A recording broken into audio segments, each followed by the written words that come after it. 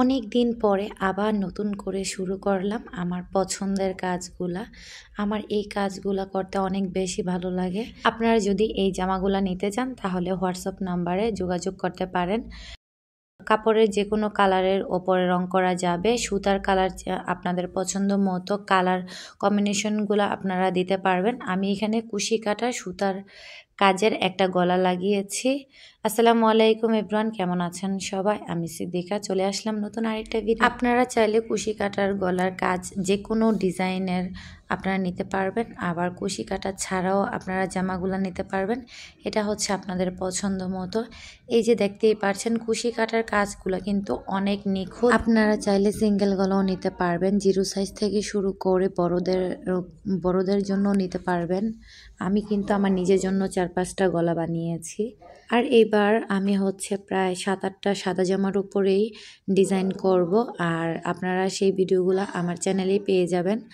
আর সবার কাছে একটাই রিকোয়েস্ট করে নিই, আমার ভিডিওটি যদি আপনাদের ভালো লেগে থাকে প্লিজ ভিডিওটি পুরো শেষ করে একটি লাইক দিয়ে যাবেন। আর চ্যানেলটিকে যদি সাবস্ক্রাইব করে না থাকেন অবশ্যই চ্যানেলটিকে সাবস্ক্রাইব করে আরও নতুন নতুন ভিডিও পেতে আমার পাশেই থেকে যাবেন। এই জামার গলাগুলা হচ্ছে রুনাপা বানায়, হ্যাঁ হচ্ছে কুশি কাটার কাজগুলা করে থাকে, আর আমি হচ্ছে জামাগুলা সেলাই করি আর হচ্ছে ডিজাইন করে থাকি।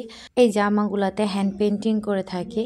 আর এই রঙগুলা কিন্তু ওয়াশেবল, কোনো সমস্যা নেই, রঙগুলা কিন্তু উঠবে না। অনেকেই কিন্তু আমার অনেক রঙের ভিডিওতে কমেন্টস করে জানতে চান যে রঙগুলা উঠে যায় কি না।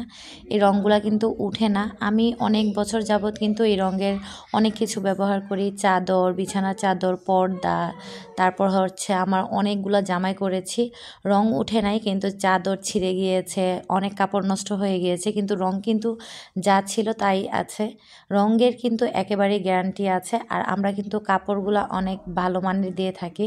পিঙ্ক কালার জামার ডিজাইনটা শেষ করার পরে তারপর হচ্ছে আব্দুল্লাহর বাবার বলতেছিল সন্ধ্যা হয়ে গিয়েছে, একটু নাস্তা বানাও, কিছু একটা বানাও, আমরা একটু নাস্তা করে নিই।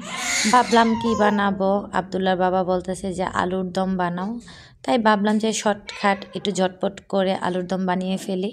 তারপর আমি হচ্ছে একটু সবজি কেটে নিচ্ছি, একটু টমেটো, পেঁয়াজ, কাঁচামরিচ, একটু ধনিয়া পাতা কেটে নিয়েছি। তারপর দেখি যে মরিচ ফাঁকি নাই, তারপর ভাবলাম যে একটু মরিচটা আগে টেলে নিই। তারপর আমি মরিচ টেলে এখন একটু ব্লেন্ড করে নিব। আর আব্দুল্লাহর বাবা আমাকে হেল্প করতেছিল একটু নাড়াচাড়া দিয়ে। এখন দুইজনে মিলে হচ্ছে আলুর চপ বানাচ্ছি। আপনারা কিন্তু আমার হাতের কাজের ভিডিওগুলো অনেক বেশি পছন্দ করেন, আর আমি আমার সব হাতের কাজের ভিডিওগুলো এবার আমার চ্যানেলে দিয়ে দিব। আর এবার কিন্তু হাতে অনেকগুলা কাজ জমে গিয়েছে। আর আমার হাতের নখে যে মেহেদিটা দেখতে পাচ্ছেন, এই মেহেদির কিন্তু কয়েকটা ভিডিও দেওয়া আছে। অনেক আপুরা অনেক প্রশ্ন করে থাকেন, সেই প্রশ্নের উত্তর দিয়ে কিন্তু একটা ভিডিও বানিয়েছি। আপনারা যারা দেখেন নাই তারা দেখে নেবেন, তাহলে আপনাদের সব সমস্যার সমাধান হয়ে যাবে। আর এখন কিন্তু আমার আলুর চপ বানানো প্রায় শেষের দিকে। এখন একটু ধনিয়া পাতা দিয়ে দিচ্ছি। আব্দুল্লাহর বাবা এই চপটা অনেক বেশি পছন্দ করে, আমি প্রায় সময় এই চপটা বানিয়ে থাকি। আজকে এখানেই বিদায় নেব। সবাই সুস্থ থাকবেন, ভালো থাকবেন। আল্লাহ হাফেজ, আসসালামু আলাইকুম।